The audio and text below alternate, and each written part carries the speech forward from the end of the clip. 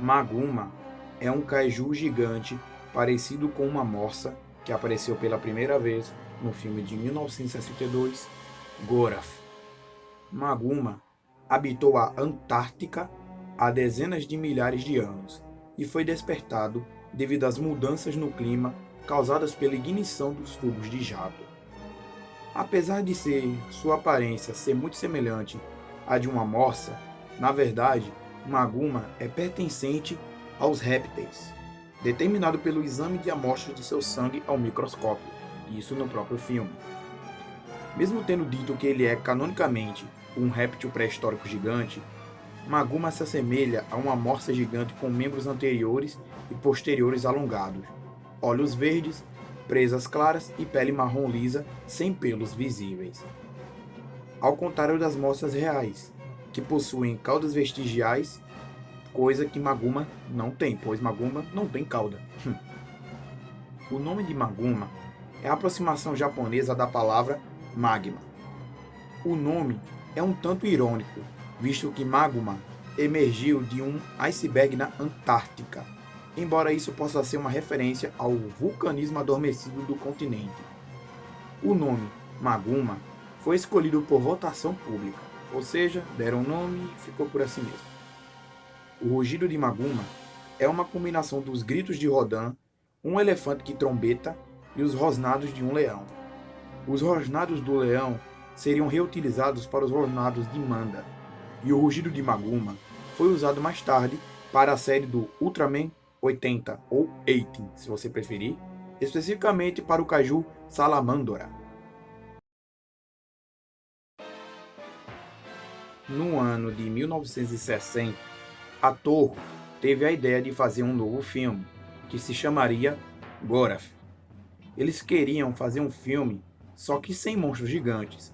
Porém, os executivos da Toho exigiram que esse filme tivesse um monstro gigante, pois isso iria atrair e muito o público. Eles pensaram em vários nomes e acabaram nomeando o monstro como Maguma. Eles sentiram que a inclusão de um kaiju era necessária em um filme tokusatsu de Eiji Tsuburaya. O diretor Ishiro Honda se opôs à ideia, mas acabou cedendo e contribuindo com as propostas de design para a criatura. Honda disse em uma entrevista posterior que Gorath teria sido seu filme favorito que dirigiu se não fosse pela inclusão de Maguma, ou seja, ele não queria monstro gigante nesse filme, mas acabou tendo.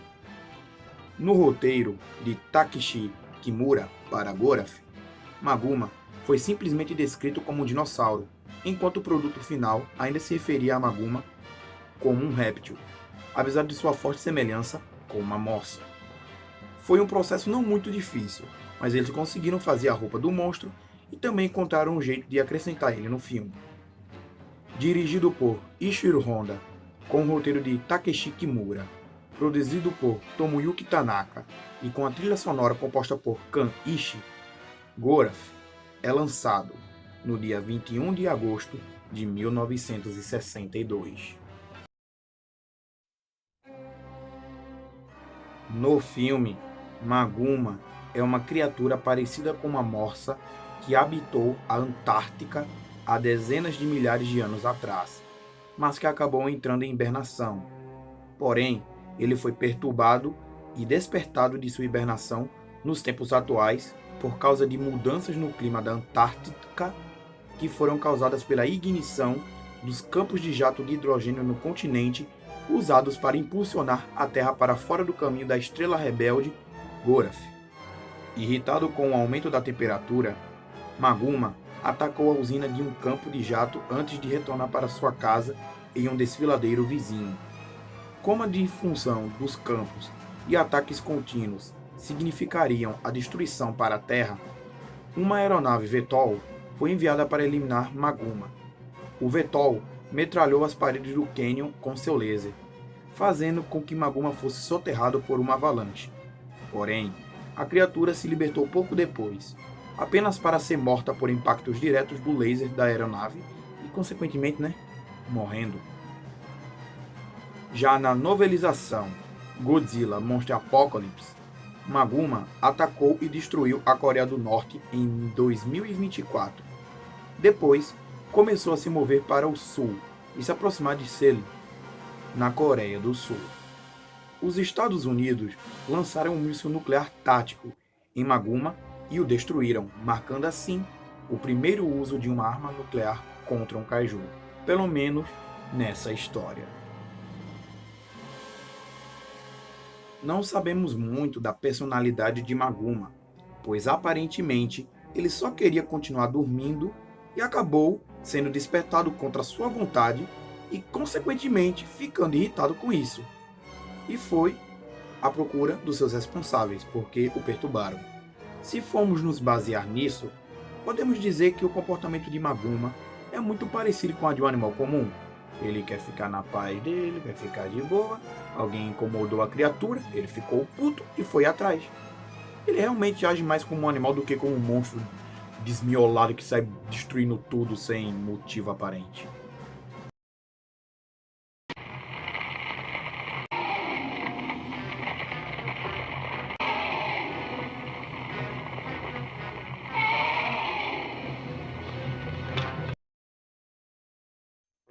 Por ser praticamente uma, entre aspas, morsa gigante, ele não tem praticamente nenhuma habilidade.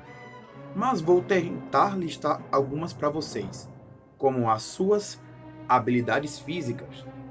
Por não possuir habilidades extraordinárias, Maguma confia exclusivamente em seus membros anteriores para causar destruição.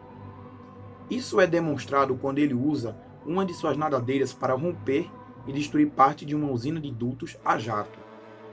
Embora não seja aproveitado em sua aparência no seu filme único, Maguma também possui presas consideráveis que podem ser usadas para causar ainda mais estragos. É uma pena que ele não chegou a usar elas. Maguma também é um ótimo nadador, podendo atingir velocidades de até 200 km por hora debaixo d'água. Isso ajuda a se locomover mais rápido, já que em terra o monstro é bem lento. Maguma também exibe pelo menos uma medida moderada de durabilidade, sobrevivendo a uma avalanche forçada e sendo enterrado sobre uma ou várias pedregulhos e outros pedaços de rocha. Mas, tendo essas poucas habilidades, é óbvio que ele tem suas fraquezas. Apesar de ter sobrevivido à primeira tentativa de morte por meio de sepultamento, Maguma teve menos sorte contra os lasers do Vetol e foi rapidamente despachado. Sem contar que, na novelização Godzilla Monster Apocalypse, uma bomba nuclear conseguiu matar. Ou seja, ele é um monstro bem simples que não tem muita durabilidade. Que até um pouquinho, mas não aguenta muito, tipo Godzilla, Rodan e esses monstros assim. Infelizmente. Agora, algumas curiosidades para vocês. Maguma está incluído na linha do tempo oficial de ataques de monstros que ocorreram na continuidade dos filmes Godzilla Against Mechagodzilla e Godzilla Tokyo SOS. Enquanto Gorath foi ambientado em 1980, a linha do tempo situa o ataque de Maguma em 1962, o ano do lançamento do filme. Também não incorpora o resto dos eventos do filme, apenas a aparição de Maguma. Boatos e rumores falam que durante a produção do monstro foi sugerido que ele tivesse a habilidade de soltar fogo pela sua boca. Porém, a ideia foi descartada, porque os produtores não gostaram da ideia de um monstro que vive na Antártica soltasse fogo, sem contar que ele é uma, entre aspas, morsa. Então não faria sentido ele soltar fogo. Seria tosco, por assim dizer. Ainda bem que não fizeram, porque de tosquice eu já vi muito, viu? Vai por mim.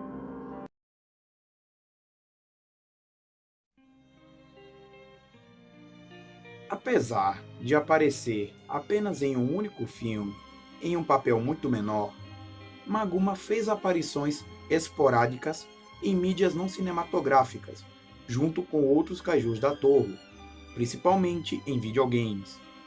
O filme Gorath não é ruim, é uma pena que poucos saibam disso. O filme é até bom, tem uma trama legal e personagens ok. Um filme bom que deve ser visto pelo menos uma vez. Enquanto existir fãs da franquia Godzilla, Maguma ainda será lembrado, mesmo que seja pouco, como um dos kaijus mais doidos e diferenciados já feitos.